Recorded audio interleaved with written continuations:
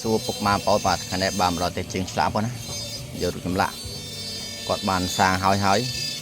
យនៅតួអង្គមុននោះតួអង្គកច្ចាយណៈសាងពីភេទផូស៊ីលឈើខ្លាចជាថ្មនេះអាចជា1 ម៉ោងអញ្ចឹងរួចហើយ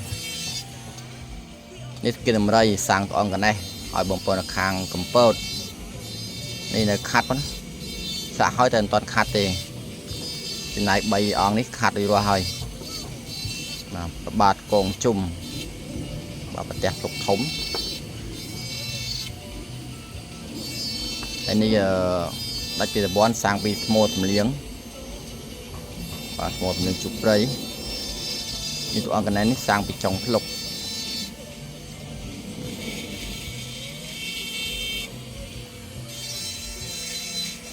គៀមនេះអាចឆ្លាក់បានចំនួន2អង្គទៀតនេះ2អង្គនេះបាន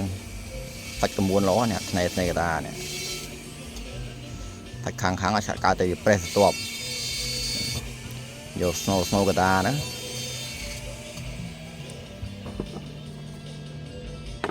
ចាំមើលរួចរាល់បងខ្ញុំនឹងថប់អូនតាណាមើលបន្តិចទៀតបាទនេះបាច់ទៅជាង1ពេលណាតាមខាត់ទៅបងពីឡើយចាយ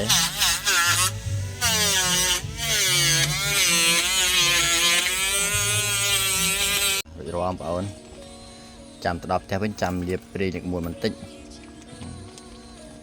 ចាយកណេះ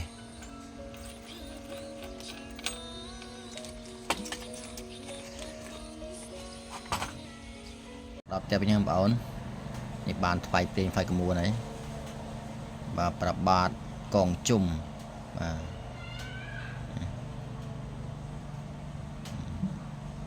មួយចំហៀងចំោះស្រួចឯងកូនក្មេងក៏ញឹមទៀតណាមុខលើកប៉ោងកូនក្មេងសាច់មុខកប៉ោងហ្នឹងនេះកណេះរបស់បងប្រុសនៅខាង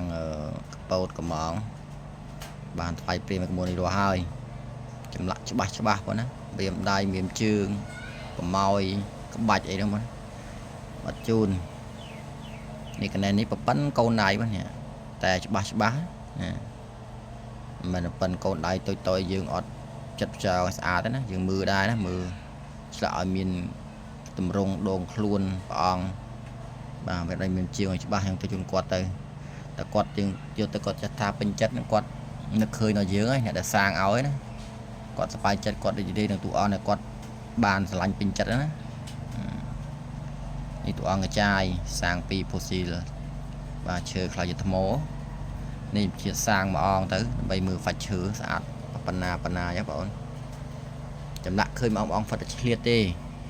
ទៅចាក់បងប្អូនហ្នឹងឆ្លៀតចាក់លើមួយអង្គពីអង្គផ្សេងទៅបងប្អូនណាគាត់ឃើញគាត់ឆ្លាក់ពេញចិត្តទៅគាត់យកទៅមានស្រាប់ទៅមកគាត់រងចាំអានេះក្មួយអរគុណចាំបងប្អូនបង្ហាញប៉ុណ្ណឹងពីចម្លាក់បងប្អូនចង់សាកសួរតម្លៃឬចង់កំងឬចង់មានបញ្ហាឆ្លាក់ចាំចូល